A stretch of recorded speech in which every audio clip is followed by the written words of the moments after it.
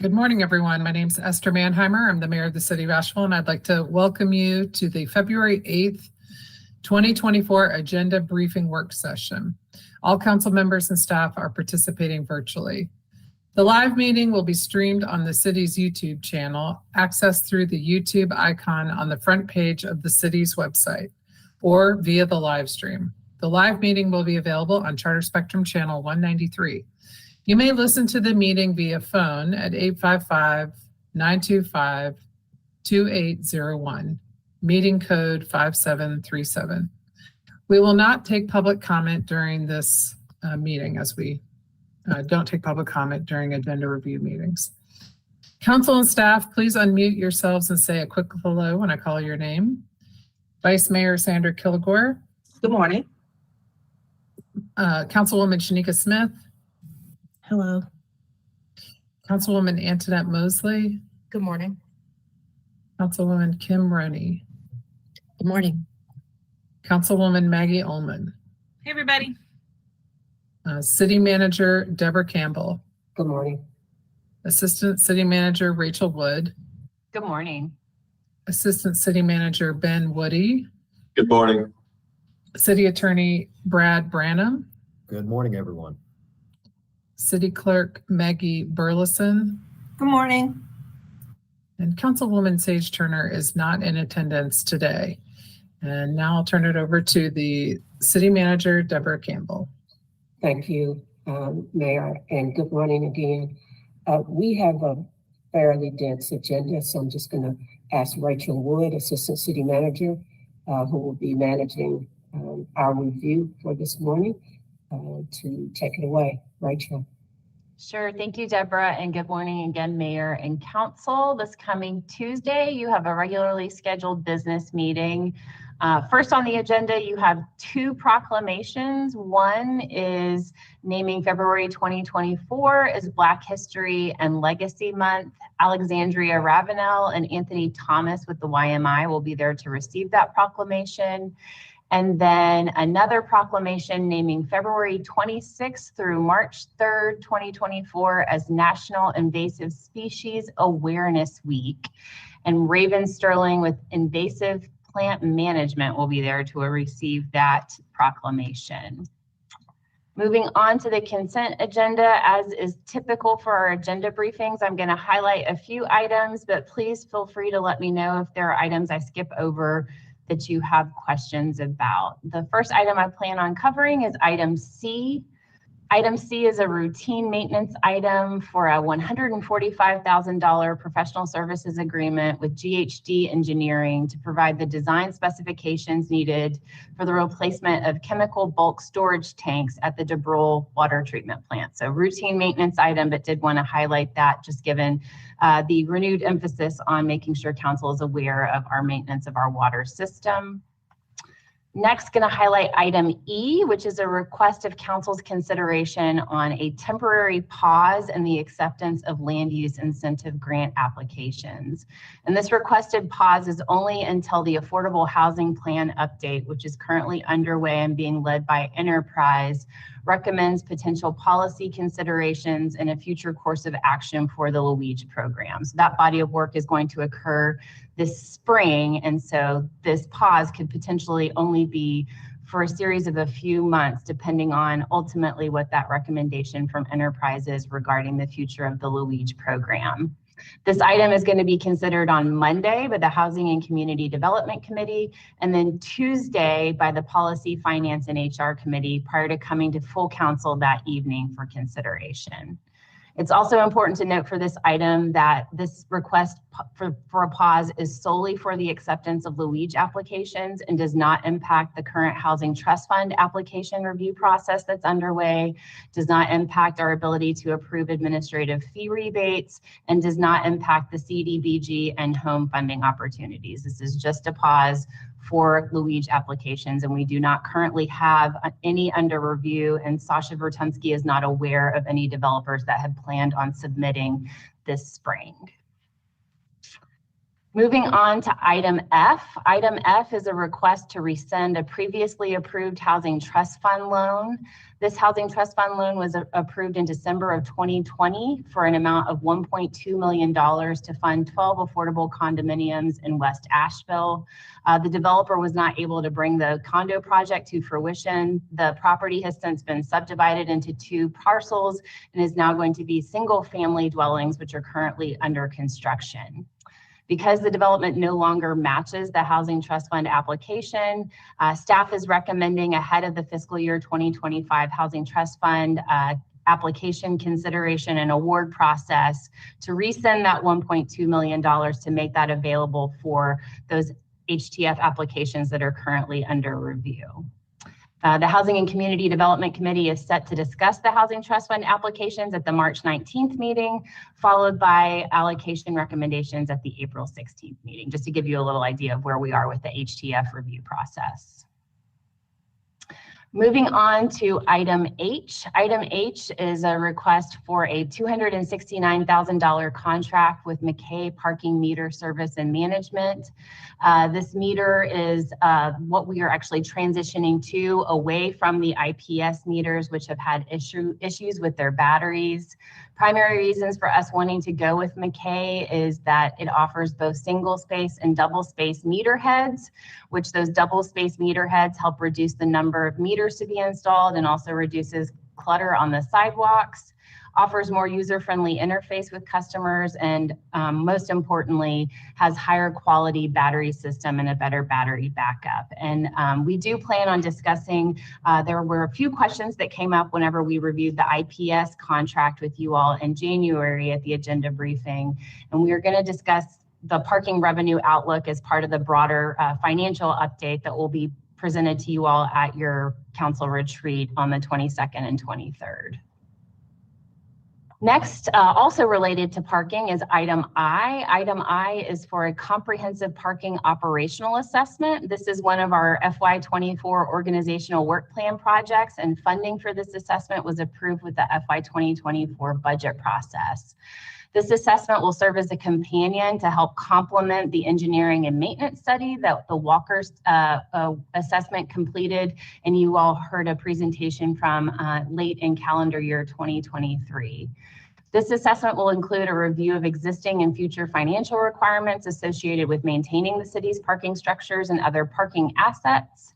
We'll also provide a clear set of recommendations on how best to structure and staff the division, and we'll provide strategies for potential expansion of services and include an associated implementation schedule tied to capacity and financial sustainability. Last, just want to mention item K. As I've already said, we have an upcoming city council retreat scheduled for the 22nd through 23rd. We are finalizing the time and we'll let you all know as soon as we have that time finalized, hopefully by the end of the day today, but we do not have that confirmed yet. But 22nd through 23rd at Harrah's is where we will be having the retreat. Moving on to presentations and reports, we will have a city manager's report this coming Tuesday, and that includes a few employee recognitions related to efforts and accomplishments from employees within the fire department. Now I'm going to turn it to Ben to cover public hearings. Thank you, Rachel, and good morning again, Mayor and Council. You have 3 public hearings scheduled for this upcoming meeting. I'll start with public hearing item A, and Allison, if you can go ahead and display the image. This is a conditional zoning application at 492 Sardis Road. It is for a single building self-storage facility. So you can see the site plan on the upper portion of the image and then some elevation renderings below that. This is a 4-story building, and the storage is wholly internal. So the storage is accessed through the interior of the building. The reason it's before you is because the size of it, because it exceeds 100,000 square feet, it does require a council approval. Whereas if it were less than that, it would actually be a staff level approval. So if there are no questions on public hearing item A, Allison, I'll get you to take the image down. Public hearing items B and C are familiar to council, or at least they should be. These are two resident petition text amendments. One proposes modifications to the cottage development standards that the city of Asheville has. The other proposes modifications to our flag lot standards. A little bit of a background. This initially came to city council at your October 2023 meeting. During that meeting, council asked for this item to be continued to the January 23rd meeting. And during that time of continuance, council asked staff to further review these amendments from an equity lens and also perform additional community outreach and engagement related to these amendments, as well as I think council wanted to provide additional time for the missing middle housing study to get to its conclusion. So the applicant requested a continuance from the January 23rd meeting, and that brings us to this meeting where you will have public hearings for both these items. A little bit of background on each item. The cottage cluster amendment that makes several changes to that section of the ordinance. Primarily, it addresses the number of units that are necessary to be able to take advantage of that development provision. And the other thing that amendment does is give some flexibility in terms of orientation of those units to the primary street. This particular item has been to the Planning and Zoning Commission. The original resident petition was recommended for approval by a 3-1 vote. There's been some discussion of this item at a January PED meeting where the applicant and staff were there. And again, there was no action by PED at that January meeting, but just a discussion of the item. And then finally, I want to cover the staff recommendations. So for the cottage clusters, staff is recommending that no amendments move forward at this time, understanding that these can be implemented as part of the missing middle study implementation. However, if council does want to move these changes forward, staff is recommending an alternative text amendment to what the resident petitioner has proposed. So that is public hearing item B, and Councilwoman Roney, a question. I guess I'm thinking about timeline. We talked about maybe being able to bring these with the missing middle housing study. What's our holdup with the missing middle housing? I feel like that with the displacement risk assessment, I'm eager to see us get on that. I'm surprised there's been a delay.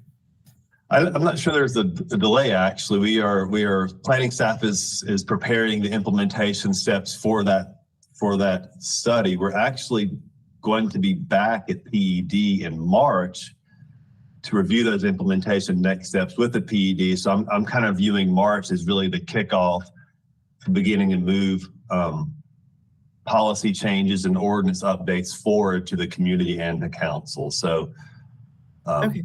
that'll I thought maybe we were going to see the missing middle study come sooner than that. So that's my misunderstanding. Thank you for clearing that up. I still think the community input around this, it's funny to put them before missing middle. And I wondered if they might come together as a package, is that possible to iron out some of the spots in between where the staff recommendation is and the applicant recommendation if we were to bring them forward with missing middle? But I think from the planning staff's perspective, that would be the preferred path. And the missing middle did take up some of these changes and has some recommendations, but I think there's an opportunity to kind of move that forward, but also continue to engage with communities that may be adversely affected by this, if that's the outcome.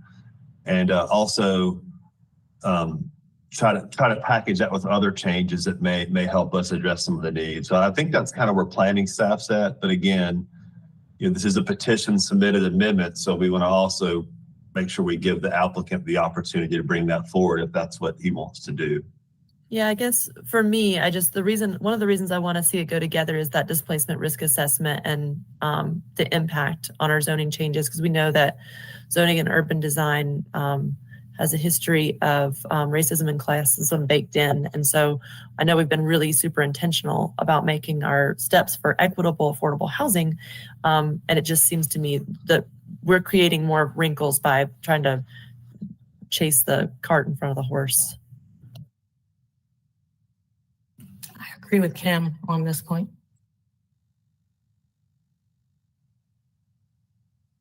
And also, you did mention something, and maybe it wasn't for cottages, about community engagement. What are you hearing from the community thus far? Ben? And yeah, and it's been probably I think more of the community conversation has seems like it's been focused more on the flag lots item. That seems to have garnered more attention. I think there is, and we'll have planning staff address this more robustly at the public hearing, but there is support for this from some of the real estate and development communities. So from that piece, there's definitely some support from trying to ease some of our zoning regulations to allow the production of housing. But I would also say that from the neighborhood's perspective, there is some concern with unintended consequences of these changes. So to answer your question, Councilmember Mosley, I think we're kind of divided as a community in terms of positions on this. And I think the divide really kind of goes between some of the neighborhoods and some of the development interests for advocates for affordable housing in the community. Again, staff can really dive into that deeper next Tuesday for council. I know the applicant submitted a list of ideas from Durham that we might consider to help us get closer to our goals in the Living Asheville Comp Plan. There were some good suggestions there, but once again, it just felt like if we were to move it forward with our missing middle, we're just spending a lot of time and energy on these two amendments instead of getting the whole work done, is what it feels like. The cottage cluster, I think the staff notes about this were that the moving it from 5 to 2 kind of goes against the spirit of the cluster part of the cottage cluster, just to have 2 buildings on a piece of land. So I guess I still have questions about why we would move these forward without the missing middle.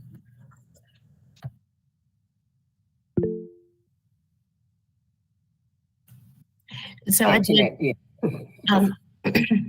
I got to see I had a conversation with the applicant actually, maybe Monday night, and I did get to watch PED's meeting where the presentation was made and there was discussion about Durham in particular.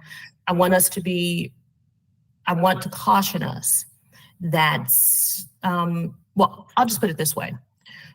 Amongst the cities that have the wealthiest Black populations, Raleigh-Durham is number 5, right?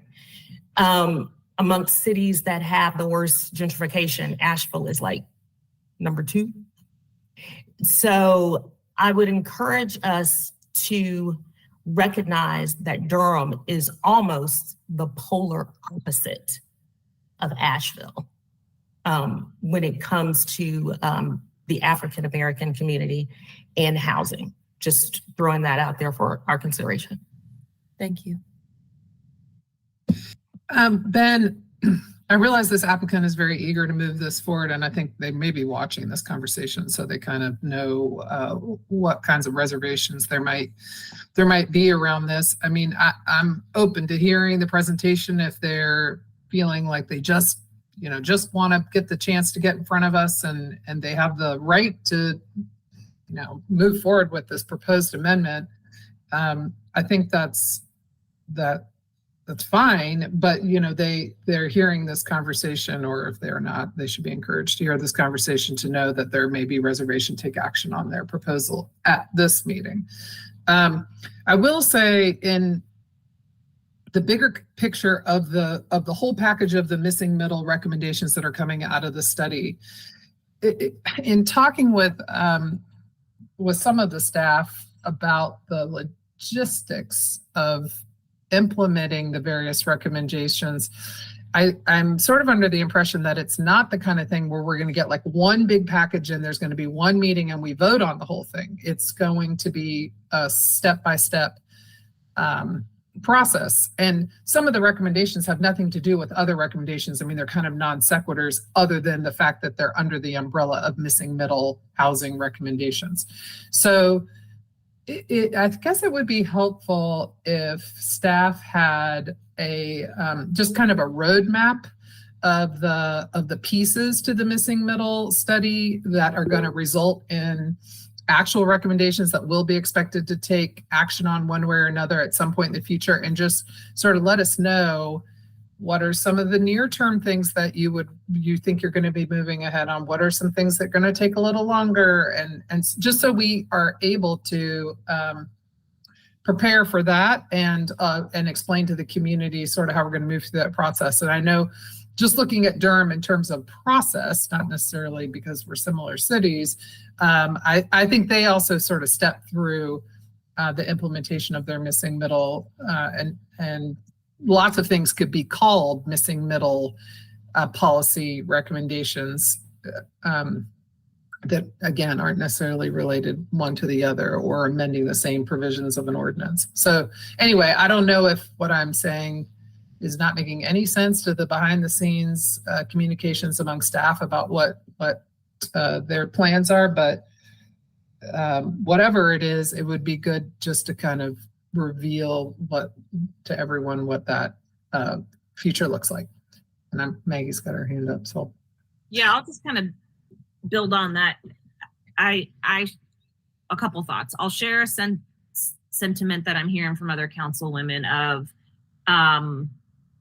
this is one piece of a puzzle, and I think that we last year at our retreat said we want to look at the bigger picture of how does our UDO and how do our zoning rules hurt where we're trying to go with housing affordability. And so as we look at that bigger puzzle that you're referencing, Esther, if you reference our PED agenda, in March, we're looking at some of the missing middle housing recommendations. In April, we're looking at what updating the UDO might look like for Chapter 7 for development. We're also getting an update on the development parts of the comp plan now that we're 5 years out from the comp plan. So at PED, we're doing a zoom out for that purpose to say, hey, we just got a bunch of missing middle recommendations. Those are some parts of the puzzle. We also want to look at what we've accomplished with the comp plan, where we want. So we're just starting that. And it feels like flag lots is like one piece of that. And so I do feel a little concerned that the eagerness to adopt this now could be out of context of some other things that we're going to talk about. The displacement study that came with the missing middle, what are we going to do about that? I want to have that clarity as a team before we start making any actual UDO text tweaks personally. So I do think that you're asking, Mayor, of kind of how do all these pieces fit together? Because I think we're talking about it, or we're waiting on the missing middle. And to me, the missing middle is one set of strategies for one set of housing type. But I think we're about to start a conversation that's looking at what are our zoning and regulatory rules that are getting in the way of housing affordability more broadly. And I'm eager to put as much of our energy in that bigger conversation, because when we start looking at, here are the 15 things we could do in context of each other, that make me think of flag lots differently than I do now. I'm not sure because we don't have the table set yet. I would like to say, I do understand where everyone is coming from and their concerns and why the rush. The only thing I will say, and I just wanted to sort of clarify, I guess for me, it's sort of confusing as to flag lots. How can that actually affect the community in a negative way? And the reason I say that, because basically flag lots basically give access. What they do is give access to land that are sitting there dormant, which cannot be used. So that's what the purpose of flag lots is. So flag lots basically would actually give people more options. Say, for instance, families that I've had situations where families own a home and they can't afford the home they're living in. And they can subdivide, they can do a flag lot, subdivide that lot sell that lot for $100,000 and they can save their home. They can also have the option of, say, for instance, a lot of my clients basically say, my daughter is looking for a home. She can't find a home. She can't afford a home in Asheville. But guess what? If she had access to a flat lot, and a lot of the lots that basically would be suited for this vacant land sitting behind these houses that people do not have access, they could actually give that land to that child so that child could build a house right here in Asheville.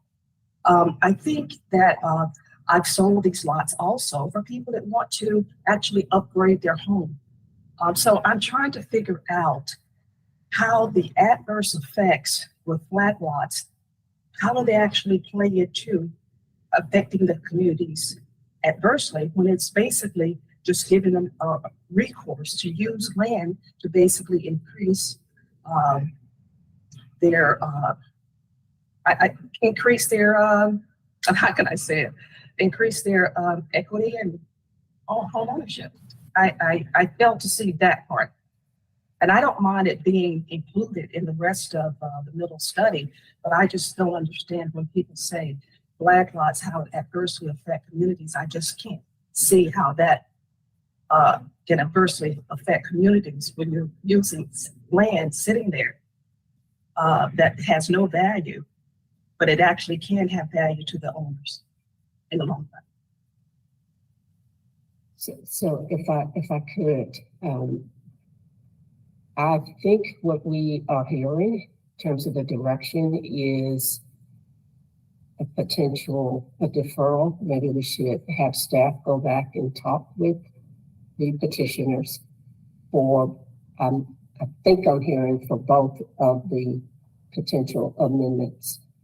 Secondly, what I'm hearing is we need to understand holistically from recommendations that are being made in the missing middle study, which was a study, and it had some recommendations about implementation of strategies. We are working with a committee right now, and I think we reviewed this when we did the agenda briefing on this item a month or so ago, to provide kind of a timeline and even low-hanging fruit potentially that could be implemented sooner than later. We're doing an affordable housing plan. I mean, there is a lot of energy and effort going on around affordable housing. And again, I think what I'm hearing is we don't want the one-offs. If we have the one-offs, we need to make sure that we can mitigate and minimize any unintended consequences if anything is adopted or any kind of council actions taken. I think we hear you. We hear that we need to talk with the petitioner, see if they are interested in delaying. If they're not, then there needs to be a vote by council in terms of defer, delay, or deny. So we will go back and do that. Is that okay? Kim? I guess a suggestion that I would have, I know when the GAP plan came up, there were multiple suggestions from community that it come with a package of sort of like short-term recommendations that would go with it to show that we weren't just planning a document, but we were taking action on the recommendations within.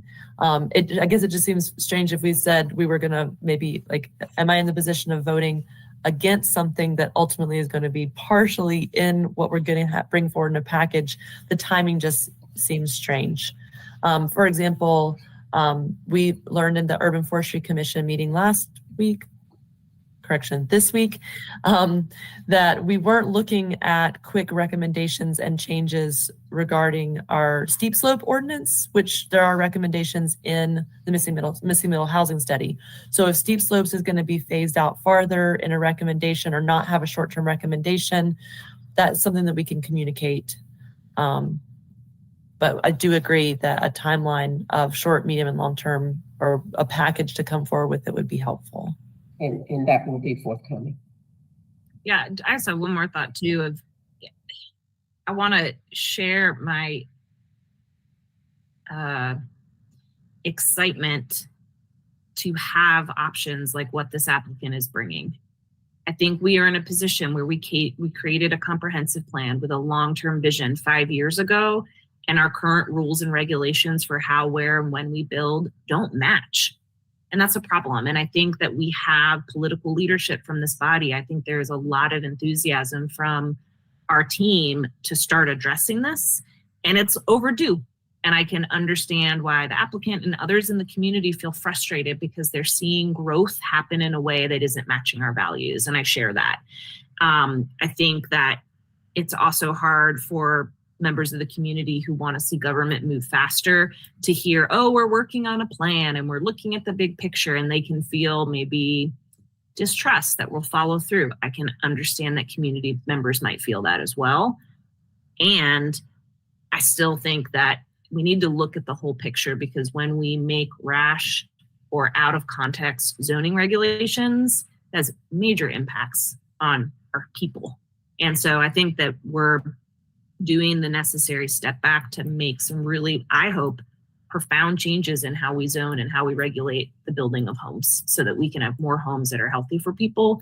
And I can understand people wanting us to move quicker on that, but I feel like this step back, we haven't tried this yet since the comp plan. This is actually a major opportunity for us to move in a big way. So I just want to share some of the bigger picture why behind this, and some empathy where people might be like, come on already. But I think this is the most appropriate way to make bigger transformational changes. And we're right on the cusp of it.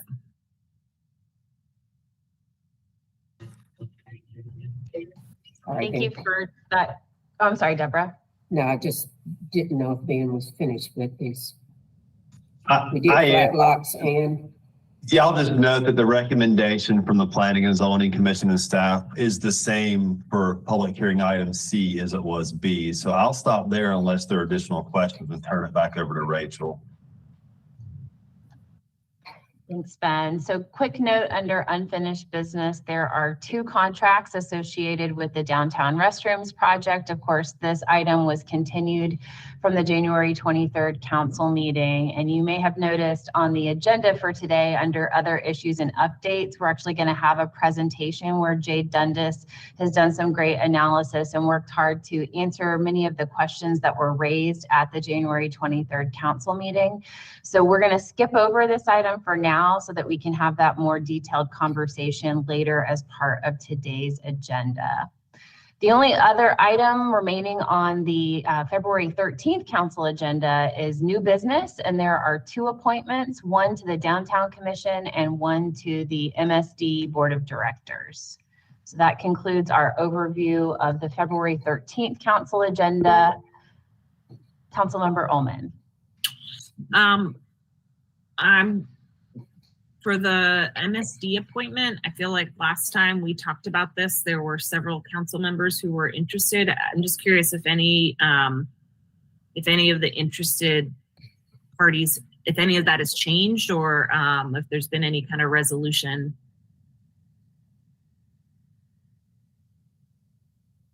Feel free to reach out. Just kind of curious where this is moving towards.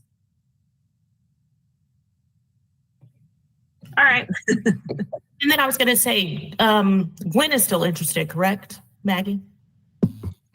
She is. Yes, yes.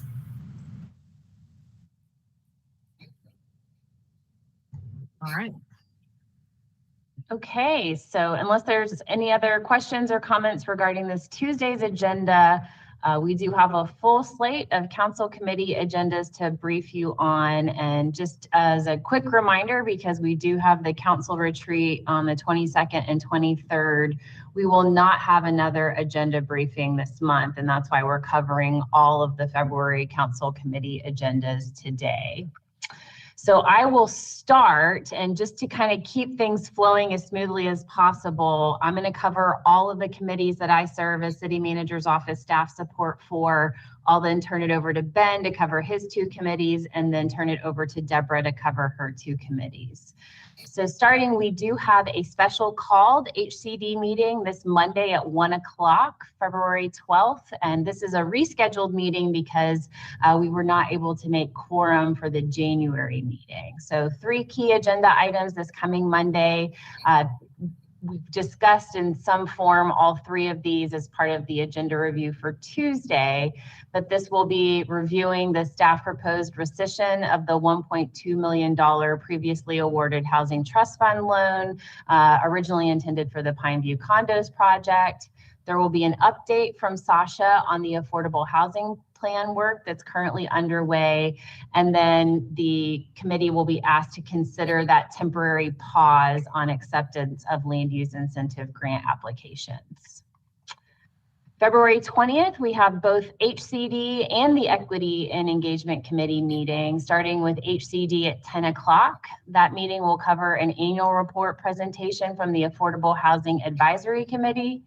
Then Emily Ball will give a continuum of care governance update, followed by a detailed presentation from Dennis Newburn, our Community Development Division Manager, on the CDBG application review process and giving HCD members a training on the new grant management software system that we'll be using to score CDBG applications for this year. So it won't be the actual scoring of the applications. This is going to be more of a process overview, as well as giving HCD members an understanding of the applications that we have received for CDBG this year. Moving on to EEC. EEC will include a recap from the January 22nd as well as February 19th Community Reparations Commission meetings. This will include an overview of the preliminary findings that were presented to the Reparations Commission from the Carter Development Group, who conducted the Cease the Harm audit. This will also include details on the engagement strategy to get additional community input on the draft reparations recommendations, and then providing a detailed overview of the next steps and timeline for having the reparation review and prioritize the recommendations that have been made by the 5 impact focus areas. And this will be the first time that Salam Anaya Merritt, our new Director of Equity and Inclusion, will be presenting to a council committee. Also, for the February 20th EEC agenda, we have an update on staff training efforts to operationalize equity and communication and engagement across all departments. And then our CAPE team will also provide a hybrid meeting update that will include a timeline for boards and commissions to roll out hybrid meetings. So really exciting update from DAWA on that. So that covers my council committees, and I will turn it over to Ben. Thank you, Rachel. I'll start with Boards and Commissions Committee, which is easy because it's canceled for the month of February, so we won't be having that committee. But we will have our Planning and Economic Development Committee meeting for February, and that actually, we're going to have a real economic development focus for that meeting in February. So first, we're going to have an update from the chair of the Mountain Community Capital Fund. That's Tim Love, who chairs that committee. He's going to walk through the purpose and activities of that committee, kind of what they do, and actually he'll give some good data about some of the investments to date made by that committee. So really excited to have an update from Tim on that.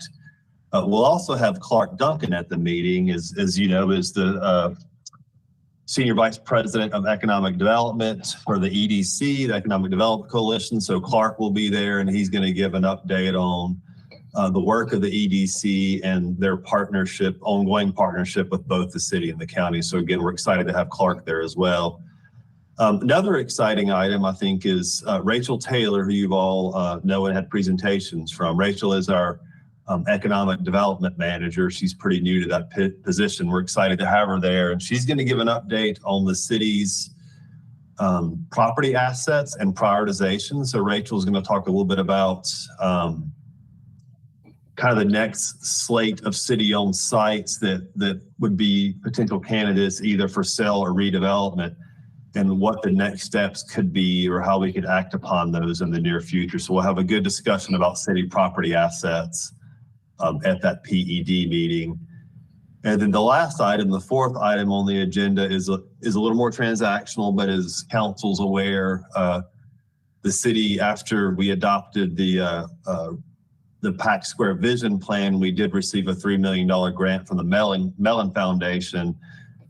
One of the areas that grant covers is a project called Boosting the Block, and we've talked about that in previous work sessions, but we are now in a position to make our first draw from that grant. So Dana Frankel's going to be there at the PED meeting to discuss, give an update on Boosting the Block and the Mellon grant status, but also talk about we are contracting with a community facilitator to help lead our engagement process as well as our design build process for the Boosting the Block project. So that's an exciting first draw of that grant to support that plan that was adopted.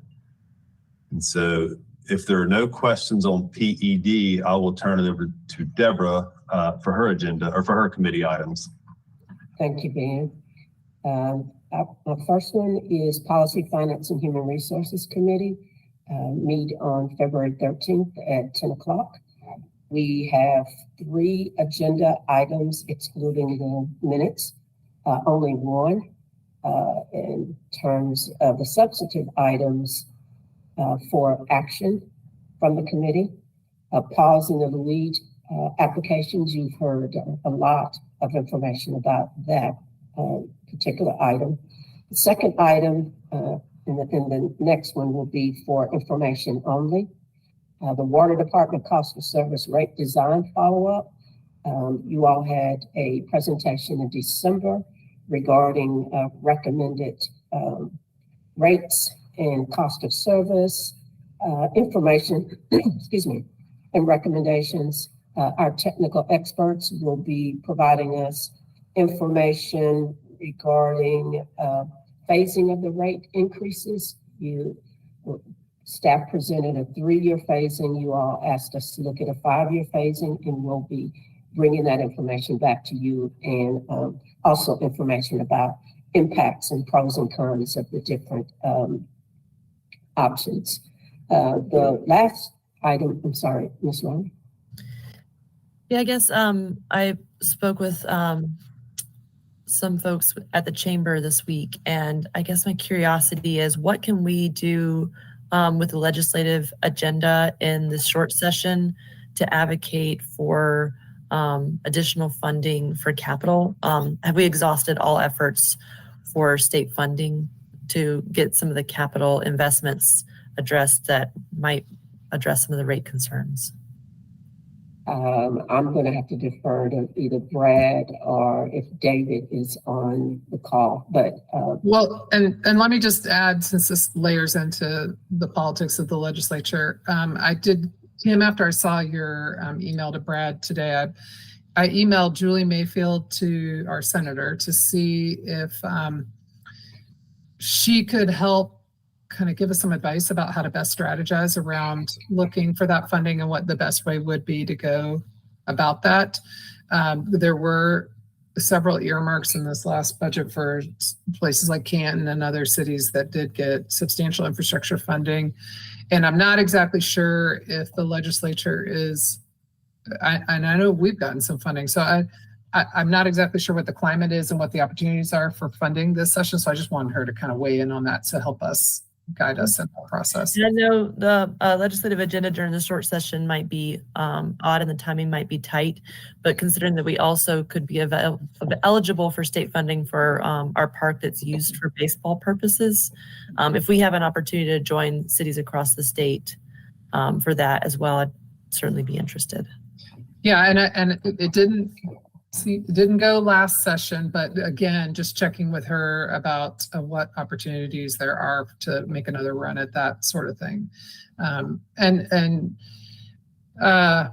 and other things. I mean, in the last session, there were items we did not have on our legislative agenda that presented themselves that frankly, we didn't even know to ask. But for example, greater flexibility with the spending of our parking meter revenues. So just things like that we might not even know enough to ask for, that we should add to our list. Okay, so in that case, since this is a publicly noticed meeting and we can talk about it, can we put legislative agenda on our policy finance committee meeting agenda in case things pop up so we're ready to address them quickly and respond with flexibility?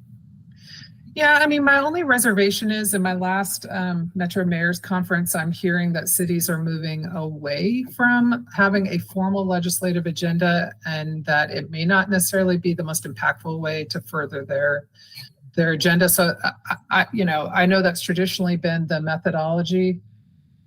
So I just wanted to think a little bit. That's why I reached out to our senator to see if she had advice about what is the best approach and what are they seeing down at the legislature in terms of the most effective ways for cities to communicate their needs. At a very basic level, it is continuing to work with our local delegation as always the number one advice. However, we have a really helpful local legislative delegation. We need to figure out how to best help them help us. Right. And let's not forget to loop in the partners that we have and get the chamber involved if it's an opportunity to get some more money to not have to keep putting this burden on local residents and businesses. Okay. Duly noted. The last item for the Policy, Finance, HR Committee is total compensation and benefits update. We'll have staff there from finance and HR to provide information about our total compensation and benefits. This is kind of a preview for a more detailed and robust discussion that we want to have at the council retreat. We'll be talking about the budget. And obviously you all know that compensation and benefits is a significant portion of our budget, but we'll be giving, again, brief overview of some historical trends, kind of our thinking about adjustments, and that will be again presented for information only. We don't need any kind of action. Maggie. Deborah, in that context, I know that we've also been working on an HR study of just kind of that departmental review type of how can we be even better. Mm-hmm.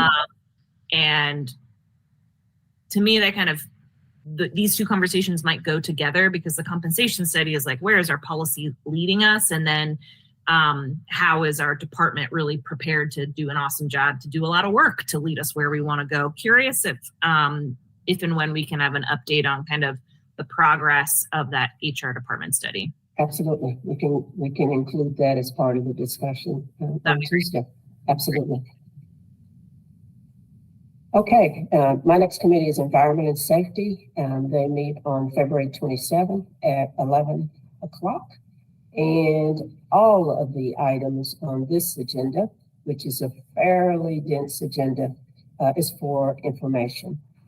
The first one would be the Urban Forestry Master Plan, and it is a discussion of this kind of the scope.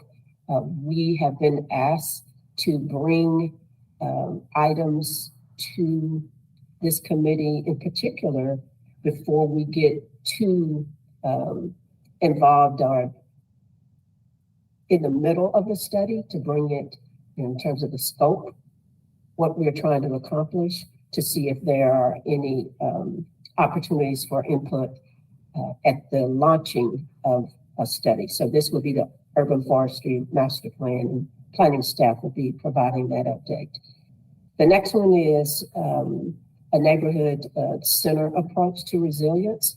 And we'll have Bridget Herring, who's going to be talking about strategies for communities to adapt to climate change and some of our current city projects to build resilience in our neighborhoods. We are starting with the concept of community resilience start at the neighborhood level. And that's where we want to put a tremendous amount of emphasis. And we'll be sharing information on some strategies and some city initiatives. The next would be Electrify Asheville Buncombe Pilot Program. Again, sustainability. Staff will be presenting this information in concert, I believe, with a technical expert that is working with both the city and the county on this project. So we'll be providing information on homeowner electrification, pilot program. So we'll bring you information on that. And then the last item would be, which is timely, considering our agenda item around the Malvern Park Pool, Asheville Parks and Recreation Comprehensive Plan. Just give a status report on where we are on some of the policy and implementation recommendations from that plan. So that is it for that particular committee. Kim. Yeah, I just wanted to bring attention to Sergeant Freeborn with the Buncombe County Sheriff's Department gave an excellent presentation on the services, the co-responder model and the services downtown they'll be providing at the Homeless Initiative Advisory Committee meeting this morning. That meeting is archived. So I suggest folks can view that archive and better understand the goals and intentions and lessons learned from previous services provided. Thank you. I think, Rachel, that is it. Okay, thank you, Deborah. So we'll now move into the review of the upcoming 8-week slated agenda items. Following the February 13th council business meeting, the next meeting will be February 27th. And again, we will not have a designated agenda briefing prior to the February 27th meeting. So I'm going to highlight a few items now, but please feel free leading up to the February 27th meeting to send questions, and we will include responses to those questions in a follow-up document leading up to that February 27th meeting. So I'm just going to highlight two planned consent agenda items for the 27th meeting. First is an event production agreement with the Asheville Downtown Association for the production of the Independence Day celebration and holiday parades for a period of 3 years, 2024 through 2026. The other item I want to highlight is we are going to ask council to consider a contract for the purchase of 3 buses to update our aging Asheville Rapid Transit fleet. Only note for March 12th is that we have a budget work session planned, and then March 26th is the date that we currently plan to have the Carter Development Group, who's the firm that conducted the Cease the Harm audit, provide a full report and presentation on the findings from that audit. Carter Development Group will also be going and providing the same presentation to the Board of County Commissioners at their March 19th meeting. And I believe the full report, as well as their presentation, is slated to be published and available for public review on March 14th. So just wanted to let you know that's kind of the upcoming sequencing of events for that. If there are no questions on the 8-week agenda, we'll then transition to the other issues and updates, and I'll invite Jade Dundas to begin the presentation and conversation on downtown restrooms. Good morning, Mayor and Council. Jade Dundas, Capital Projects Director. I'm running the show today, so bear with me here just a second. All right. There's a lot of information as requested in the last council meeting in this report, but I'll try to be brief. It's a fairly short presentation. But I will also let you know that there is a memo that will support the information that you'll see in this, and so you'll receive that at some point prior to today, I believe. And then I'll also be available on Tuesday, where this item will be in unfinished business. So just to start out, this is largely where we started with the presentation on January 23rd, the key takeaways. I think it's important to rehash these, though, so everybody's reminded. The Downtown Restroom Project helps to address downtown cleanliness and safety challenges and provide additional 24/7 access to restroom access. $650,000 in ARPA funding was approved in downtown restroom projects in spring of 2022. The location of the proposed location of the restroom is close proximity to high traffic areas and replaces the portable restroom that's been in the pocket park at the corner of Rankin and College since 2020. The improvements to the pocket park and the durability of a prefabricated restroom unit will create a more secure environment and lessen restroom downtime than we've had in the past. A little bit of new takeaway here is the staff has analyzed the upfront and long-term costs of installing and maintaining a prefabricated restroom unit compared to opening and maintaining the traditional restroom facility. While the upfront costs are higher in the prefabricated restroom unit, the long-term operating costs are lower. That I will break that down in this presentation. And the addition of a prefabricated restroom unit does not preclude the reopening of other restrooms, or the installation of other freestanding restrooms.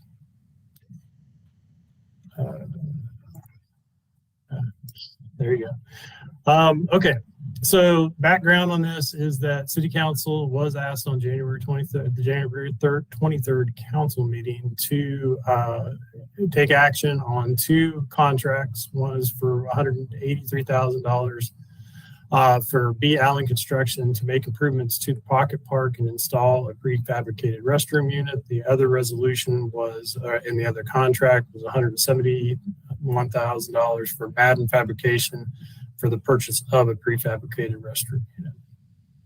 At that meeting, staff was asked to collect some more information, evaluate partnerships for downtown restroom availability, and then also analyze the costs associated with opening up downtown restrooms. As part of that research, we did reach out to downtown partners, including shelters and care providers and restrooms. While they are definitely doing the good services that they do, their facilities, what we heard was their facilities are really constructed for those that use those services, and although they would like to help, their capacity limited, and certainly didn't envision the availability of their facilities being open for the general public.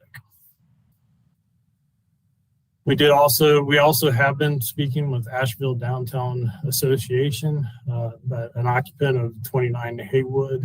That discussion is around how we could facilitate the reopening of work together to facilitate the reopening of the restrooms in the building at 29 Haywood. We understand that the items that would need to be negotiated and settled in order to make that partnership work would be the hours of operation, cleaning and stocking responsibilities, mechanical maintenance responsibilities, and then any other financial or contractual terms associated with that agreement.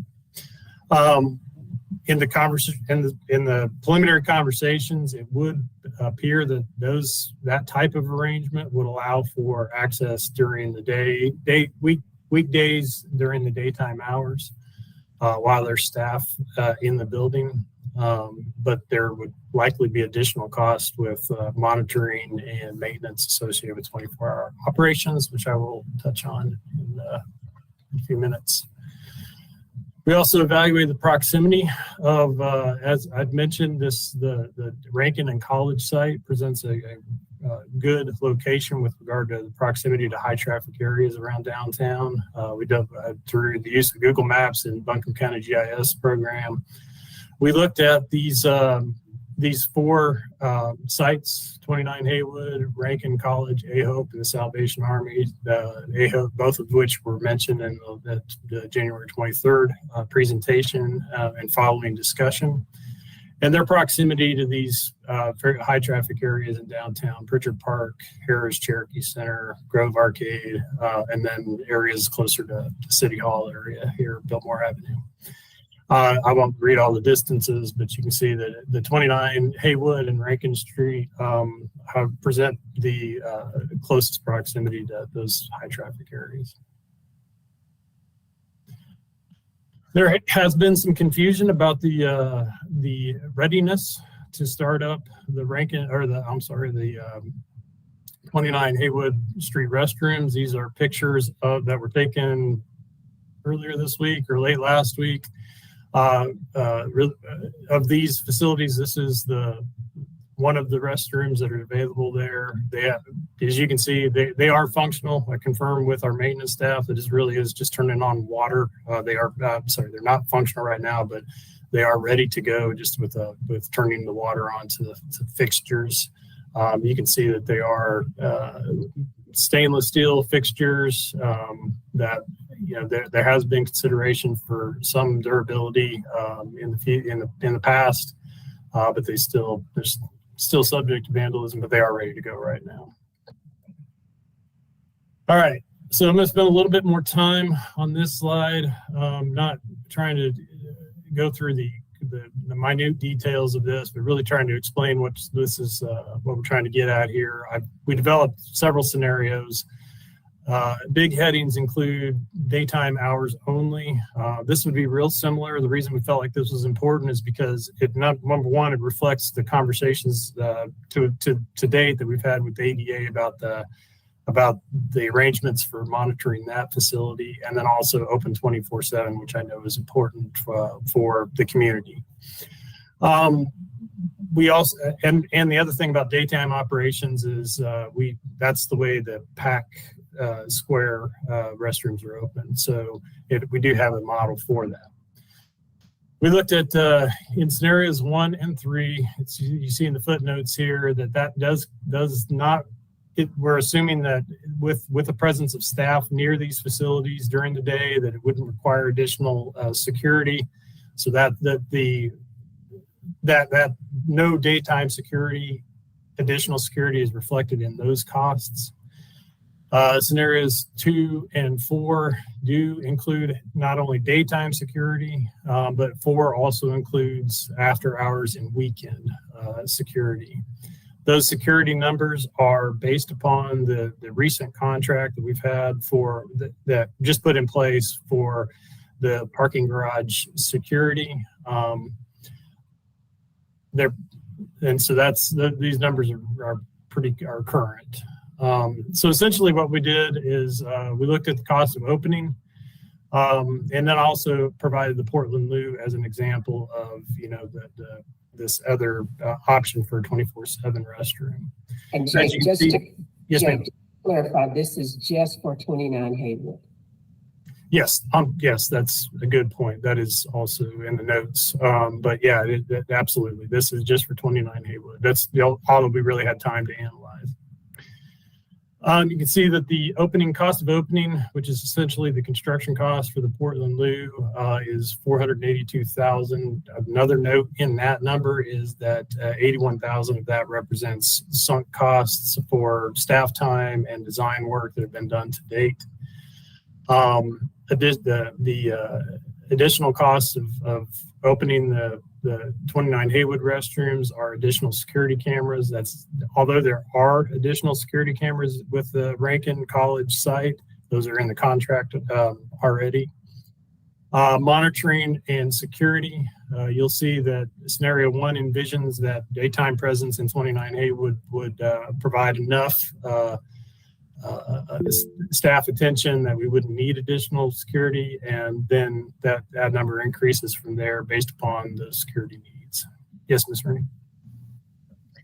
This is really helpful. Thank you. I guess there's 2 factors in here that I don't see in the side-by-side comparison. One is, are all of these ADA compliant? Because our current situation is not.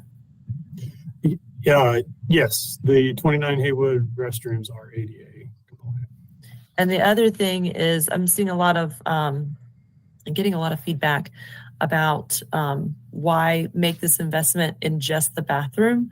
But the column says Portland Loo, there's, it's essentially benefiting that whole space, is making it more of a public space. It's not just the Portland Loo.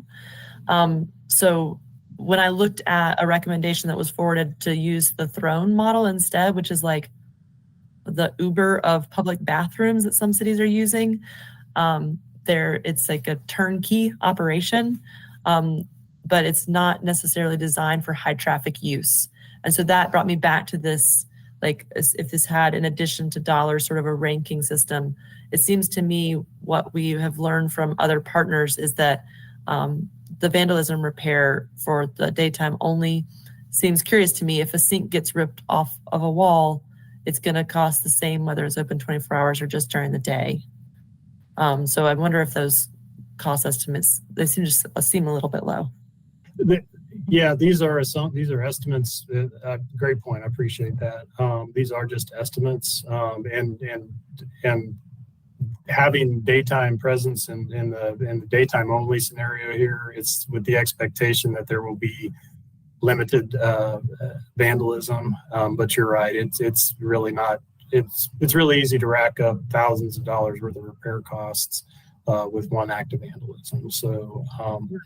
So that's why for me the Portland Loo is attractive, because it's designed for high traffic use and cleanup, especially like the graffiti deterrent and the environmental safety that built in by design. Did we consider the drone option because it's turnkey?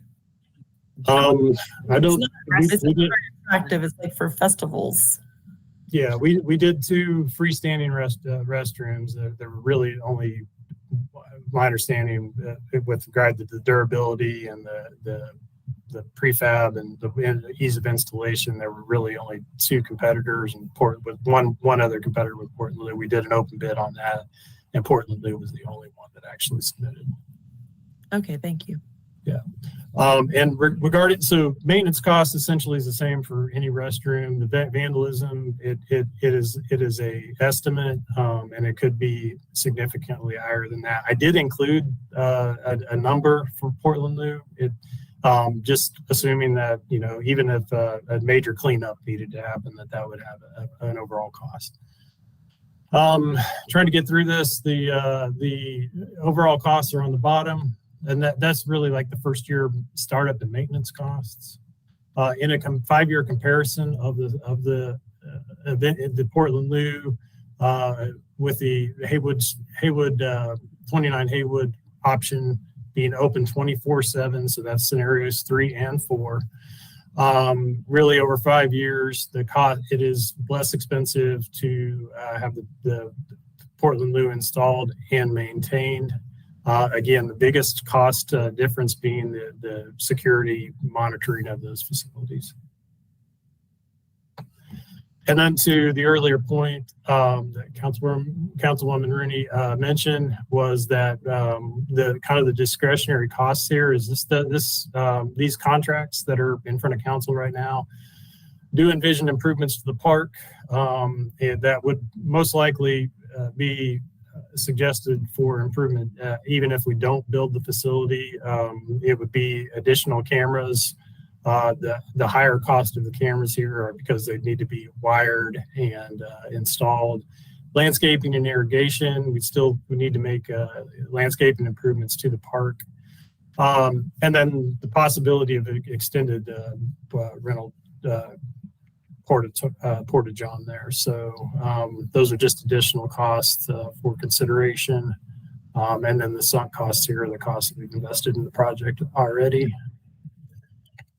And then the key takeaways, I won't read through those again. I will do one other thing I would suggest, and I think it's important to state, is that we did reach out to our contractors after continuing this, and we have limitations. There's expirations on our construction bids, and we did get both contractors in this case extend their bid beyond the month that we typically hold those open.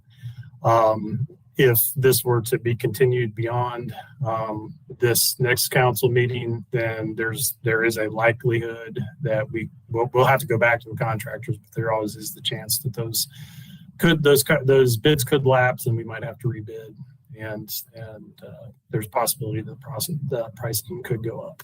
So with that, I'll field any questions. Yes, Councilwoman Ullman. Thank you so much, Jade. Could you go back to the slide with the comparisons over time costs? This is exactly what I needed to see. Really, really helpful. And I think this these figures show what we had a hunch for when we were talking about this last time, but I just needed to see the numbers and kind of think it through. And so I just want to tease out an assumption that's in here. What we're saying is that this Portland Loo, it has such a big capital cost up front because the design of it has this durability and safety features that then means that we need significantly less security staff over time, right? So the numbers comparing is that we just feel like based on how it is built and the indestructibility of it means that we won't need to have the labor eyes on it like we would with the infrastructure in Haywood. Yes, and it's also more, it's out in the open, so that there's a deterrent in that.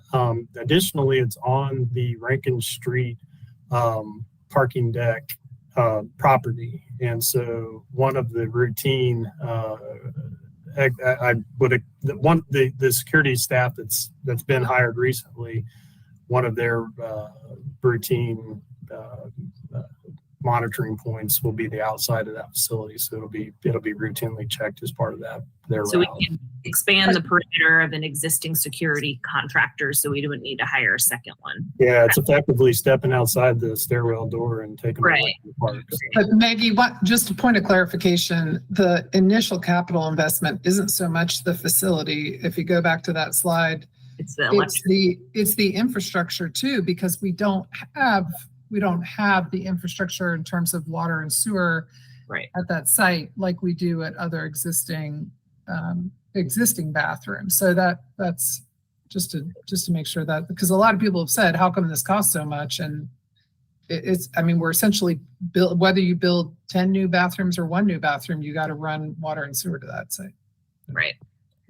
And we could tease this out further if we really wanted to go crazy of like, well, what would it look like if we beefed up the actual bathrooms to be more indestructible on Haywood, since it already has electric to the utility? But it still gets us into the challenge of, because the Haywood Street bathroom is tucked away in a hallway out of community, right? That we would have security concerns for it.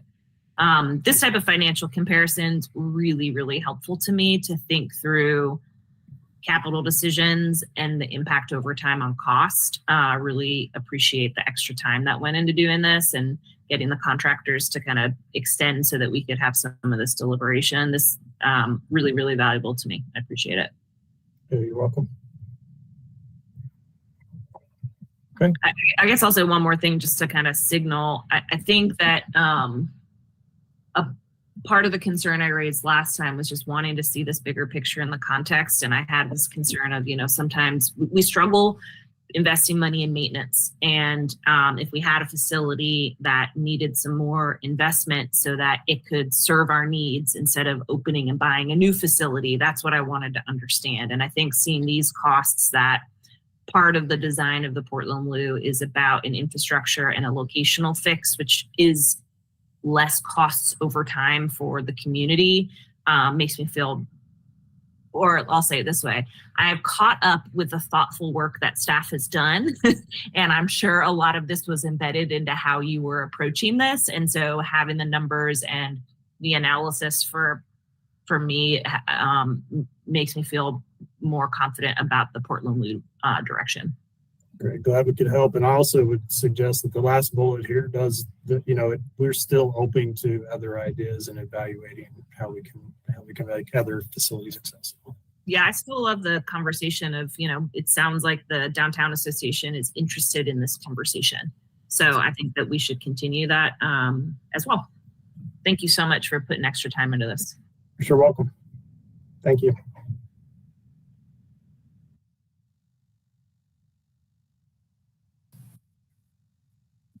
All right, so we can go to another item on the agenda, which is Mr. McGirt is going to cover regarding an important recreation asset that I hope the community understands, that if we felt that investing in this pool would provide the amount of safety that is apparent. I mean, it is top of mind. It is our most important lens that we are looking at in terms of the operation of this facility. We would do that. But obviously, Dee is going to get into a lot more detail, but this isn't something we want to do. It is something that we feel we need to do. So I'll turn it over to Dee. Appreciate it, Deborah. Good afternoon, Mayor, Vice Mayor, Council. For the record, I'm D. Tyrell McGirt, Parks and Recreation Director. Also have with us on the call today, Pete Wall, Parks and Recreation Assistant Director. And we're both with the City of Asheville Parks and Recreation Department. This presentation is to provide you all with an update on the pool situation we have going on at Malvern Hills Park. But much like Deborah said, before I get started, I do want to acknowledge that the unexpected decision to not open the pool at Malvern Hills Park is something that is felt deeply by staff. Certainly as Parks and Recreation professionals, our goal is to conserve and preserve a system that is robust with recreation facilities and program offerings, but also on a human level, on just a personal level. Our team, our staff consists of employees that are from Asheville, that are from West Asheville, that have grown up attending this pool, that have worked at this pool and helped manage the operations of the pool. So we certainly understand the how final this decision is, but as I go through the presentation, we hope to shed a little more light on how we got to this decision. Next slide, please. Some key takeaways from this presentation is one, to identify some of the main safety concerns that are currently facing the pool. Next, we want to provide some clarity behind how we got to the decision not to open the pool, which is based on a combination of factors, one being safety, obviously, next being cost, another being just the feasibility of making the pool repairs in the current space that it sits. And then lastly, looking at all of the needs within Asheville Parks and Recreation and understanding how this need matches up with the other needs across the system. Lastly, we'll provide some updates on kind of what our next steps look like. We've been hosting a number of community meetings and engaging more with the comprehensive plan to help inform what future investments will look like for this park. Next slide, please. So just to provide a little background information, a little context, back in 2015, 2016, all the pools within the Asheville Parks and Recreation system underwent an assessment. And that includes pools at Malvern Hills Park, Recreation Park, and Walton Street Park. Some key findings specifically from the pool at Malvern Hills Park included, and these are some direct quotes from the report itself. The pool has reached its useful life. We recognize that the pool, almost 90 years old, would. And the recommendation was do not invest any more money in the current pool. It was recognized that the skimmers and the main drain systems no longer function as they are designed, and the current design does not meet the current health and safety code requirements. The shell itself, the fiberglass overlay requires replastering. There's excessive leaking, and that leaking is exuding over into the groundwater in the immediate area. The grounding of the pool needs to happen. That is certainly a safety issue that should have happened a long time ago, but it didn't. And certainly any improvements made to the facility will have to meet the ADA requirements, and the pool and the building will need to be brought up accordingly. So those are some of the key findings that came up in the assessment that happened back in 2015, 2016. Next slide, please. So since then, some investments that have been made specifically at Malvern Hills Park included new chlorinator. That included a new chlorinator pump as well. We added new drain covers to the pool. We replaced the sand that we used to kind of help filter out the chlorinated water, as well as we've done a number of patching to the pool shell itself. So this is something that happens year after year over and over again.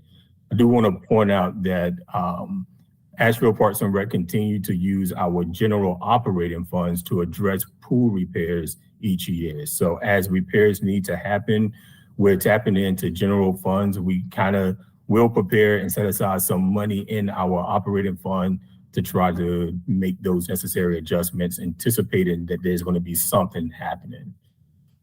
I think it's important to also point out that overall, the investments the city has made in aquatic facilities, all of our pool structures, has equaled over $3.2 million in the last 8 years. And that does include a new pool that was constructed last year at the Dr. Wesley Grant Senior Southside Community Center. So some good information did come from the assessment. We were able to make some investments in local aquatic facilities, but of course, we still have a lot more room to grow. Next slide. Our decision to close hinged on a couple of things. The first thing being the safety issues. So in order for this pool to safely open before, or in order for it to safely open, period, these things have to happen at the pool. So the main drain sumps have to be improved upon. The freshwater returns must be improved upon. The pool surface plastering, it has to be replastered. And then the electrical bonding needs to happen. Just to provide a little more information, the main drain sumps, this helps prevents accidents, drownings and entrapments. The freshwater returns, how this relates back to the users is this prevents disease transmission and it maintains the water clarity and ensures that the chlorinated water that's being treated through the system is freshly being returned back to the pool. The pool surface replastering, when you have cracked fiberglass at the bottom, that can cut the skin of pool users, can cause tripping, and it can also contaminate the water. And then the electrical bonding protects the users against any shock and electrocution. Keep in mind that these are the things that must happen, but contractors have told us that once we start tapping into these, making these types of repairs, then it is almost inevitably that there are going to be other issues that come up and that are found. So we're keeping that in mind too. Next slide, please. The financial impacts also help impact our decision to close the pool. So to make those repairs that I just mentioned, we're looking at over $400,000. That's just to make those repairs. Again, keep in mind, once we start making those repairs, the contractors who we've heard from have all said that there's potential for other significant repairs to surface. So at this point, we don't know what those unknowns are, but we are pretty confident that this 400K is just a base, that there could potentially be other repairs that are needed that would drive up the cost of just making the bare minimum repairs. At that point, if we were looking at it, additional repairs, we're at the point where we're talking about constructing the new pool. And if we're looking at constructing a new pool, that cost is estimated at about $1.5 million. Again, these are very rough estimates and just very, very minimal costs. And we're talking about just the pool itself. The feasibility of a new pool in the current location, there are a couple things that we need to consider. One is facility accessibility. Again, we have the pool, but we also have this very beautiful, that needs a lot of attention and repairs, facility that sits right in front of the pool. So we'll need to look at making not only accessibility improvements to the pool itself, but also to the facility, the pool building that sits right there in front of the pool. it would be necessary to take a look at parking. I'm not sure if you've ever been down there. I'm sure you have, but parking in that area during the pool season is a lot. So if we were going to put in a new pool in the area, then parking would need to be evaluated and part of the process. And this dollar amount doesn't even include what the parking assessments dollar amount would look like.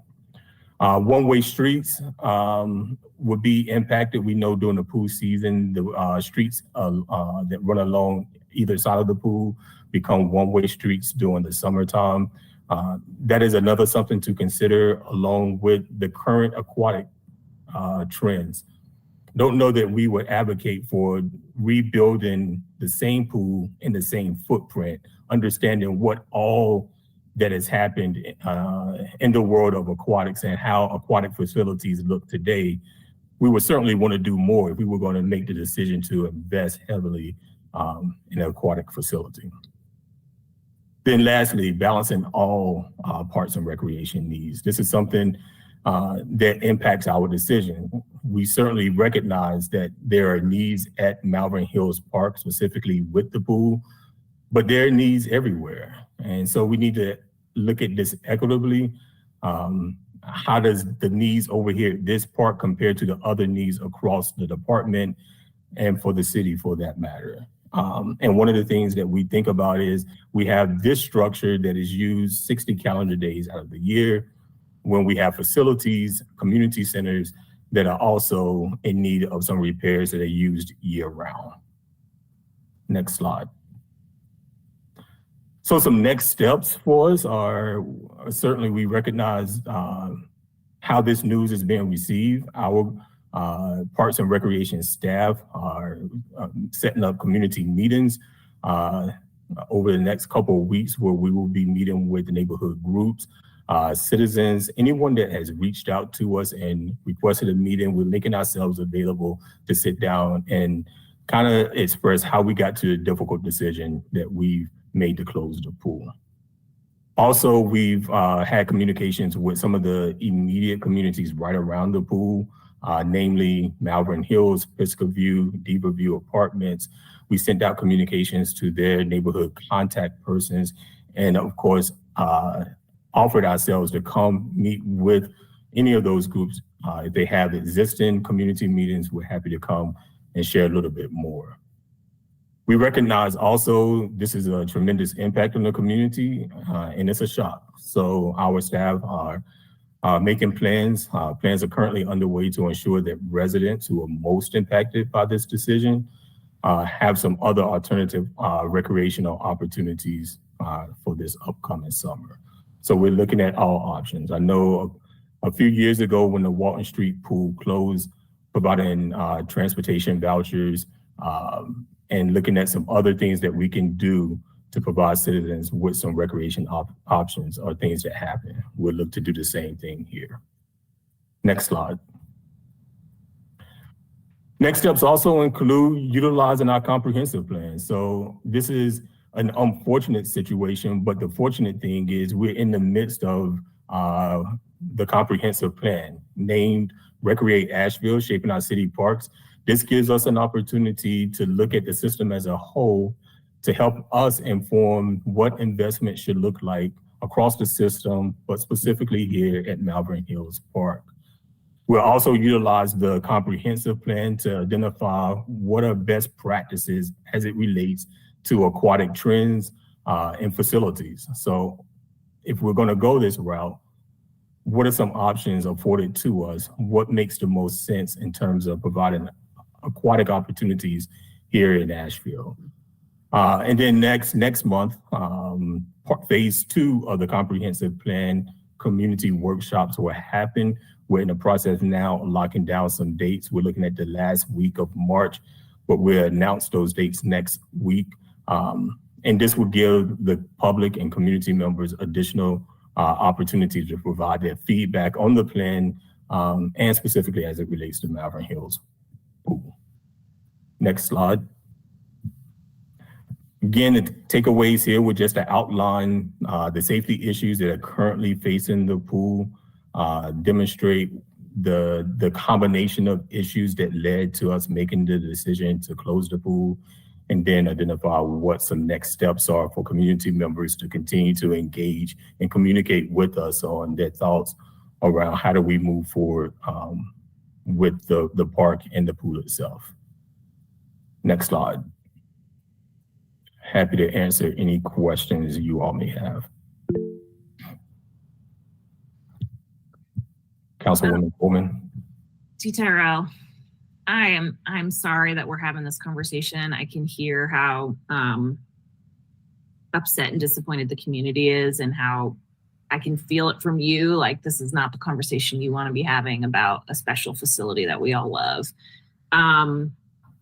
And I think that you don't want to throw good money at bad. And I think that it's unfortunate we're having this conversation about other facilities too. Thomas Wolfe had to be shut down.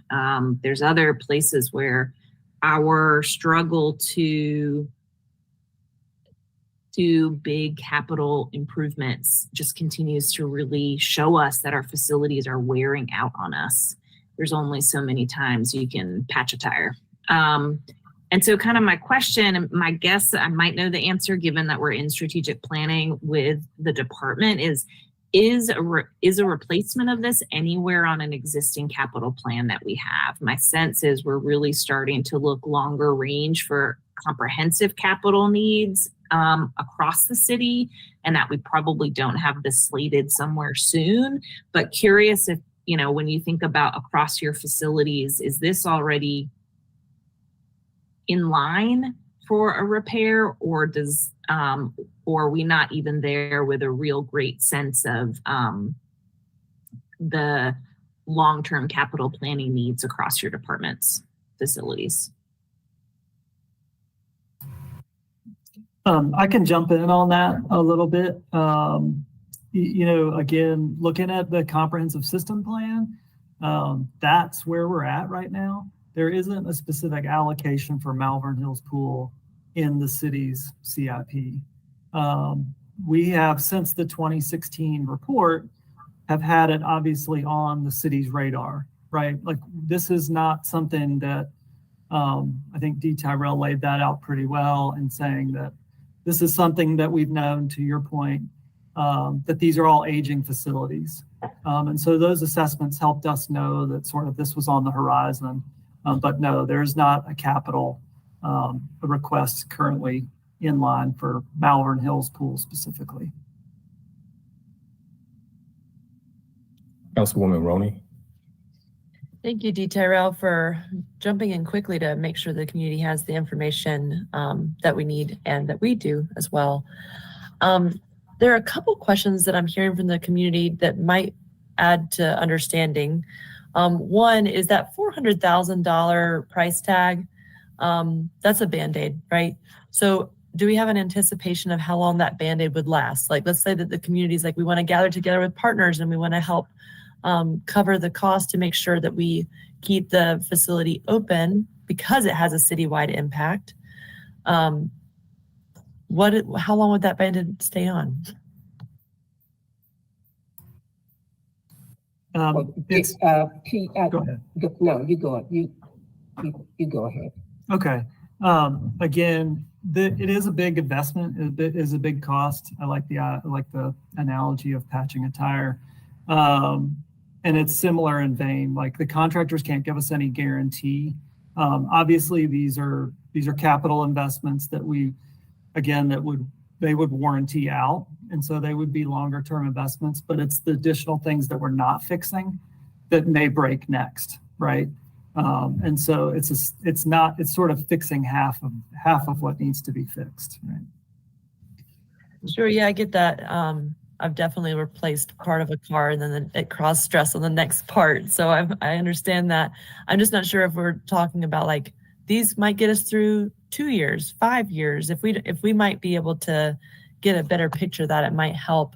Another thing that came up is we've been talking about the bond program that's coming next and the option to look at very specific facilities, or whether we need to keep the facilities broad in our bond programming. And understanding that we are behind on capital project maintenance. I just wanted to like keep that door open to talk about the bonds more broadly.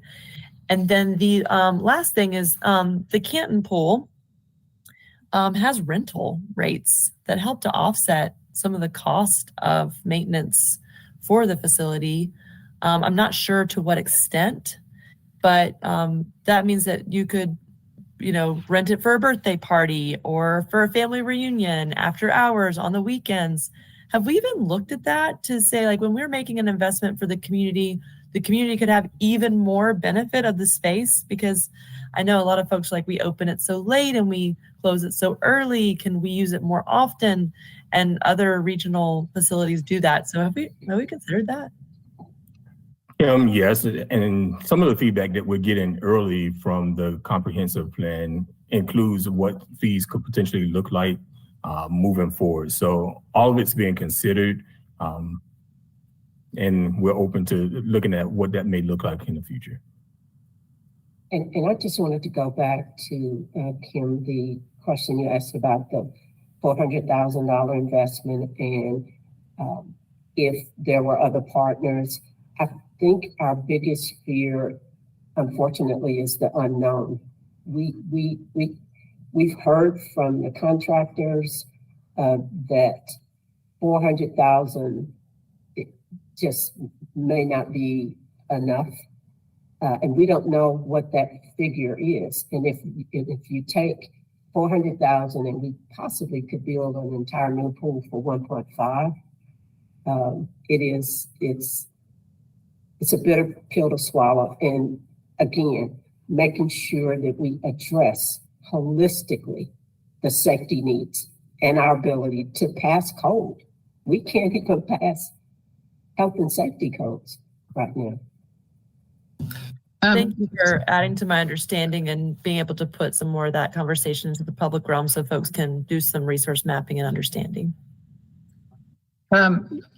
So I think I appreciate all these numbers and all this information, and Dee, I know you are very focused on making sure we maximize all of our facilities for the maximum number of people in our community, and you guys are doing a great job. We just threw this one at you to see how you could take it to the next level. But, we did pass in 2016 in the bond package. We were able to pay for the replacement of the Walton Street pool. I mean, that's how we did the build out of the Wesley Grant Center and added to that a new pool. The city only has 3 pools. It has Malvern and Wesley Grant and Rec Park. Rec Park used to be the county's, and we got it. And actually I lifeguarded there when it was the county's. That was a long time ago. So we're kind of grappling with what we've got. I hear that you saying, the site limitations in terms of the current location of the pool. I was with the Jewish Community Center when they made the decision to move their pool to a new location about a block away and build a pool that you could put a cover on. And actually, they did it in partnership with Asheville High School so that Asheville High School could have their meets there and their practices.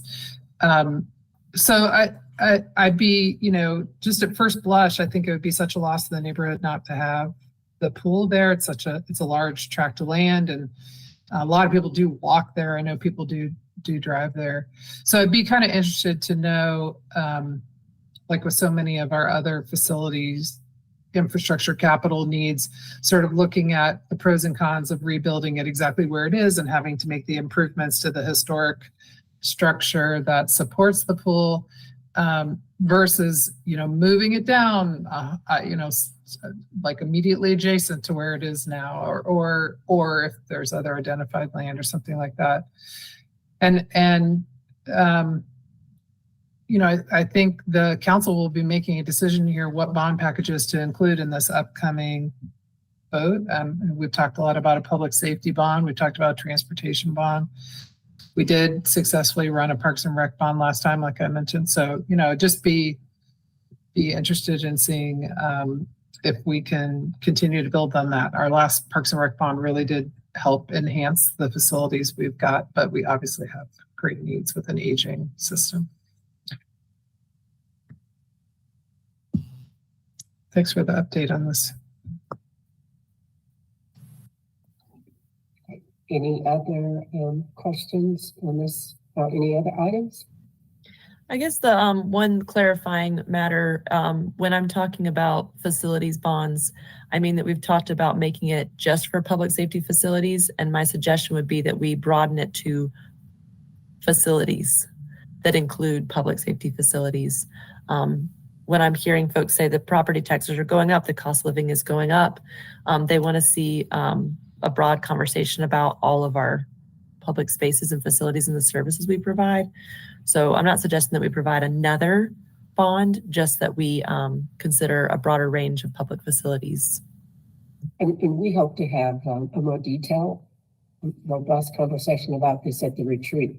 And I keep saying, we're going to do it at the retreat. We're going to do it at the retreat. We are, and we think we've got a way that we can holistically look at the budget again, look at challenges, look at opportunities, which would be both our operating as well as our capital budget. And again, it'll be the beginning of the conversation, and then you all have budget work sessions, and we'll continue to have the conversation about, again, operating as well as capital, and narrowing down the scope of a potential bond package and those categories and the amount. Because the more we add, the higher the amount. But we'll definitely have that conversation. And I think we can do it in a real efficient and concise way. Yeah, and as we move into that process, I think to Kim's point, one of the things I'm curious about is I know we've got restrictions in terms of how we're allowed to word these bond questions on the ballot, how we're allowed, I know last time we did it, we had very distinct, one was transportation, one was parks and rec, and I don't exactly know how the wording was determined, but I know we had to work within whatever the legal requirements are to frame that up. So just if we have that to be able to understand a little bit about how we have to bundle these, that would be helpful. Absolutely. And there is additional language in particular that says, and Tony and I just discussed this, that I believe on the ballot, you have to indicate that taxes may be impacted. I mean, you have to, you have to identify that, yes, taxes will be impacted. And I don't know if it specifically says the rate has to be included for the first year, but we'll have all of that detailed information for you.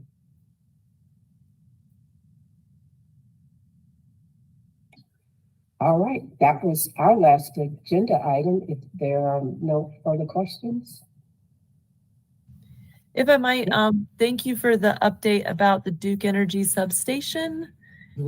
I was surprised looking at the pictures that were provided in the assessment that it looks like a neon light pole show. I don't know any other thing to call it. I really battle around like the ridiculousness of what it looks like in the pictures. If it's going to be a new public art display, then I'd love to have a conversation about how that fits into our public art category. It is in the public space. I realize it would be on private property, but that's very different than a space that could be used for a mural. It seems to invite people to cross over the wire gate instead of making it a safe and resilient power facility. So I'd love to have some more conversations about that too. Absolutely. Ben, if you could make sure you do that. Follow up on that. I'm assuming it was concept, but it was concept. You better confirm. Yeah. Yeah. All right. Mayor, anything else? Okay. Well, enjoy the rest of your day and have a great weekend. We'll see you next week. Thank you. Bye-bye.